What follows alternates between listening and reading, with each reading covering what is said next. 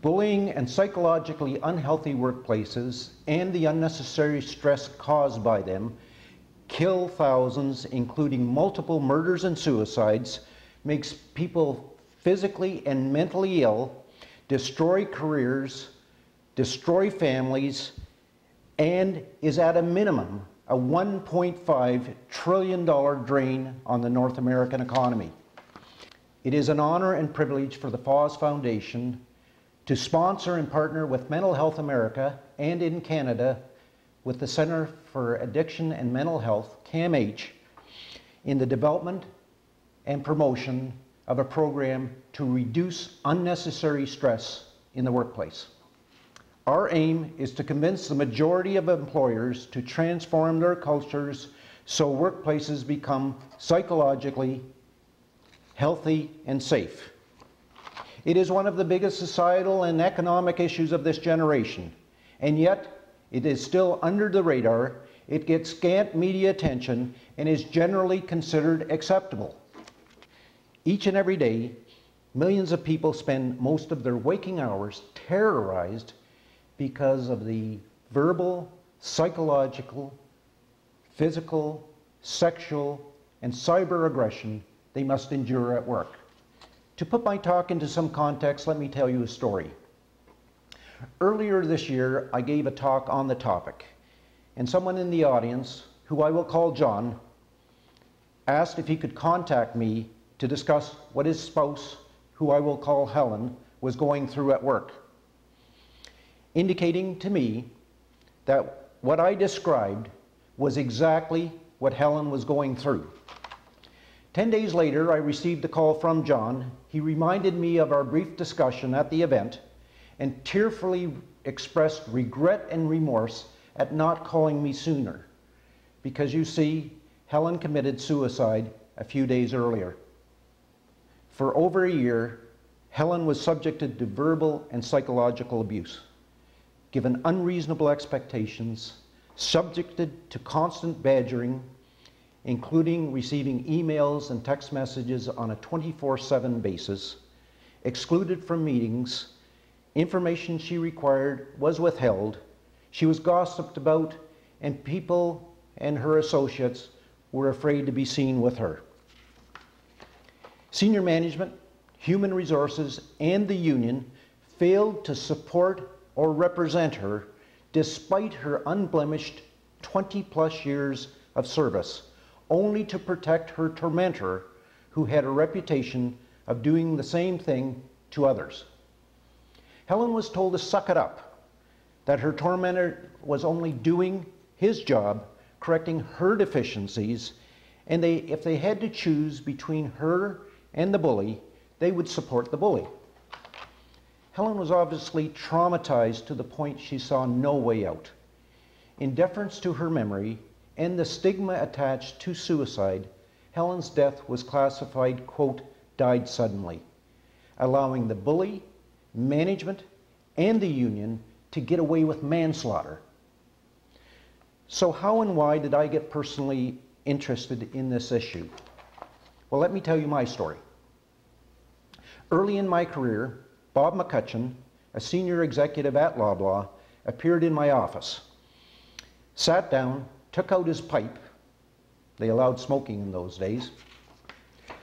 As he prepared his pipe, which was a long, drawn-out process, he said, "Son, I have a major problem. You see, there is a young manager. He is cocky, overly aggressive to the point of being abrasive, not sensitive to others, unreasonably demanding, doesn't listen to others, and bullies people to get things done. And I'm totally perplexed as to what to do."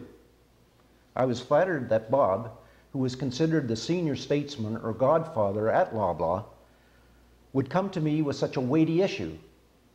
I quickly said I'd fire the SOB.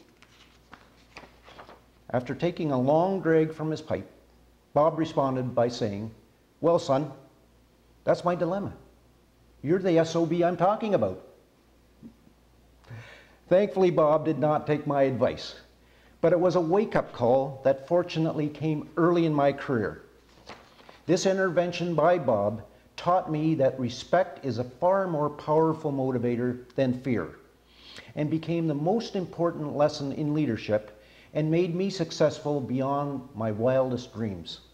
More importantly, throughout my career, I influenced countless cultural transformations, enabling employees to reach their full potential in psychologically healthy and safe work environments. But my story does not end there. Even though I have dealt with countless bullying situations over the years, nothing prepared me for being on the receiving end of being targeted. Late in my career, I blew the whistle on a corrupt executive who retaliated against me. For over a year, I was subjected to vicious attempts to discredit me. My emails and phones were hacked. A private investigator was hired to find dirt on me. I was blacklisted. Associates shunned me for fear that they would be retaliated against, and I even received an anonymous death threat. Because of this, my physical and mental health deteriorated. I lost over 30 pounds. I was laid up for 6 months with a serious case of shingles, and I had symptoms consistent with post-traumatic stress disorder, which, by the way, 95% of people who are bullied, seriously bullied, suffer from post-traumatic stress disorder. Thanks to the interventions by others who recognized my deterioration, forced me, with the help of others, to realize I was not alone. I was not at fault, and there were methods by which to positively confront the situation, which I did to my satisfaction. But even though I resolved my situation, I could not find closure. The negative energy totally absorbed me, and to this day, I continue to be haunted by it. Finding closure, I have found, is what most who are targeted face, even many years after the bullying has ended. I desperately needed to shift the negative energy into something positive, and this is what propelled me to expose the horror that so many face and the catastrophic consequences. So 5 years ago, I did extensive research on the topic and then commenced to interview just under 300 people and 200 executives. What I found appalled me. It outraged me. The research, augmented with my own considerable experience, turned into a book called The Bully's Trap. Now, who are the bullies and why do they bully? Most people relate to bullying in schools, and while there are similarities, there are differences. The most significant being the ways and means of bullying are usually more subtle and complex, and most significantly, bullies are vested with real power and control. Bullies are masters of deflection and deception. They manipulate. And the reason they bully is simply because they can. And in all too many organizations, bullying is allowed, is condoned, is accepted, is rewarded, and in many instances, accepted. In many cases, bullies are viewed as star performers, even heroes. And in over 70% of the cases, it is the boss who bullies the subordinate. They assert power and control through abuse, both sexual and other methods. And often, the reason is to get their target to be fired or to quit. Bullies come across as being confident. Their behaviors are often a mask for their insecurity, and they target those who are a threat to them. Most surprisingly is how targets can go from being solid, hardworking, and committed to becoming poor performers with bad attitudes in a relatively short period of time. The reason is the bully sets the target up for failure and harasses them to the point they lose faith in themselves and become what the bully wants them to become, the villain rather than the victim. And when this happens, the bully is trapped. And that is why I call my book The Bully's Trap. So how do organizations deal with all of this? Short answer, usually they don't. Bullying is a byproduct of a psychologically unhealthy workplace. It is a systemic issue that requires a systemic solution. And as Oscar Wilde so effectively or aptly put it, it is not the prisoners who need the reformation, it's the prisons. Where bullying occurs is usually not isolated to a single bully or target. In many instances, it is influenced from the top, where the CEO is also the CBO, or the Chief Bullying Officer. These organizations are usually dictatorial, and besides the bullying, there are other dynamics at play, including abuse of power, inappropriate behaviors, corruption, and greed. In analyzing the demise of Nortel, Enron, AIG, Lehman Brothers, and the list goes on, they all had the characteristics of a dictatorial culture. The global financial meltdown could have been avoided had people in the know reported the wrongdoings.